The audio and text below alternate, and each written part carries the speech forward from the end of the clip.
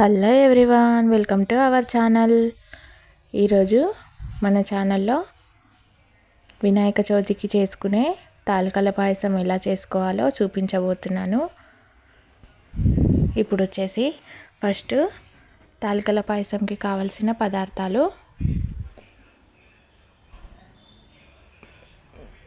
నెయ్యి, dry fruits, చక్కెర, గసాలు, గోధుమ పిండి, ఎండు కొబ్బరి ముక్కలు. ఇవన్నీ తాలికల పాయసంకి కావలసిన పదార్థాలు.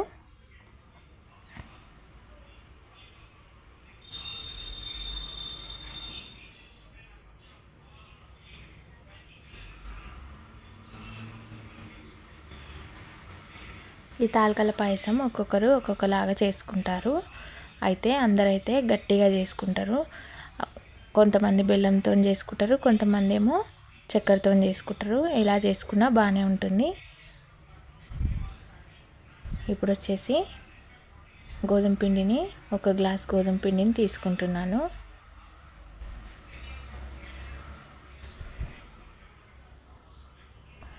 ఈ గోధుమ పిండిలో నీళ్ళు వేసుకొని పిండిని తడుపుకుంటున్నాను.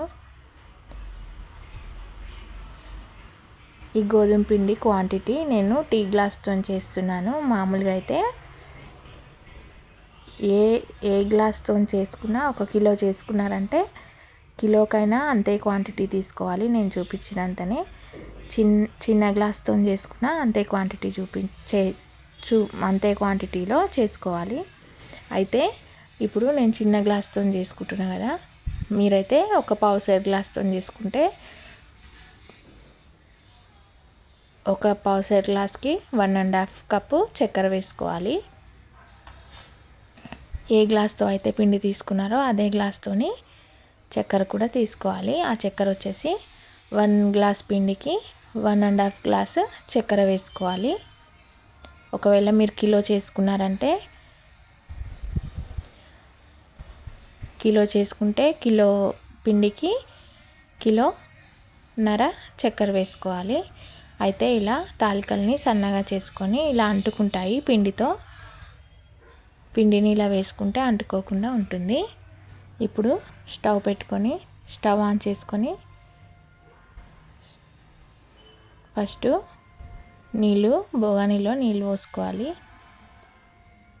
నేనైతే 4 గ్లాసుల నీళ్ళు తీసుకున్నాను. ఏ గ్లాస్తో పిండి తీసుకున్నానో అదే గ్లాస్తోని వాటర్ కూడా తీసుకున్నాను. ఇవి నీళ్ళు ఎసరు వచ్చిందాక ఉంచుకొని ఇప్పుడు ఈ తాలికల్ని పిండి రాకుండా ఇలా విడివిడిగా చేస్తూ పిండి రాకుండా వేసుకోవాలి. ఈ తాలికలన్నింటినీ ఇలా ఉడికించుకోవాలి నీటిలో. మామూలుగా అయితే చాలా వరకు చక్కెర పాకంలో తాలికలు వేసుకుంటారు. చక్కెర పాకంలో వేసుకుంటే తాలికలు గట్టిగా అయిపోయి పాయసం బాగుండదు. అయితే ఈ ప్రాసెస్లో చేసుకుంటే పాయసం చాలా బాగా వస్తుంది. ఇప్పుడు ఈ మసిలిన నీళ్ళల్లో తాలికలు వేసుకున్నాం కదా, ఇప్పుడు ఇవి ఉడికేంత వరకు ఉంచుకోవాలి. ఇవి ఉడికే వరకు చక్కెర మాత్రం వేసుకోకూడదు. ఇక్కడ ఉడికాయా లేదా అని ఒకసారి టెస్ట్ చేస్తున్నాను.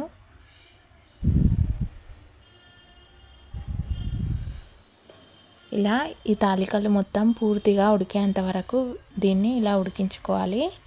తర్వాత 1 కప్పు గోధుమ పిండి తీసుకున్నాను కదా, 1 గ్లాసు. 1 గ్లాస్ పిండికి 1.5 గ్లాసు చక్కెర వేసుకుంటున్నాను.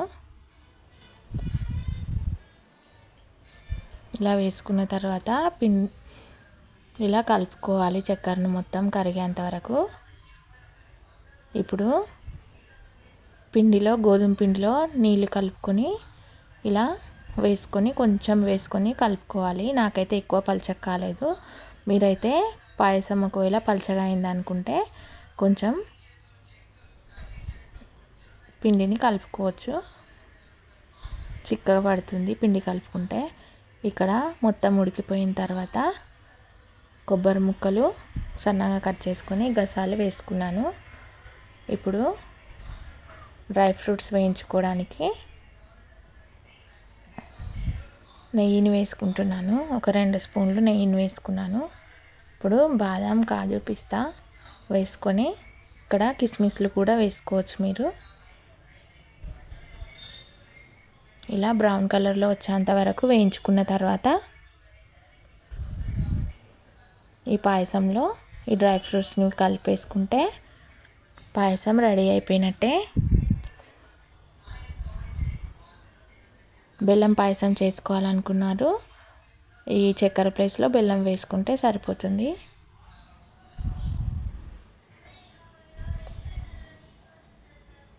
ఇప్పుడు డ్రై ఫ్రూట్స్ వేసిన తర్వాత పాయసం ఎంత బాగా ఉంది కదా, టేస్ట్ కూడా చాలా బాగా వచ్చింది, కలర్ కూడా చాలా బాగుంది. పాయసం బాగా ఉడికితే కలర్ ఈ కలర్లో వస్తుంది. ఇప్పుడు గార్నిష్ కోసం పైన కొన్ని గసాలు వేసుకుంటే పాయసం రెడీ అయిపోయినట్టే. ఈ పాయసం కనుక మీకు నచ్చినట్టయితే లైక్,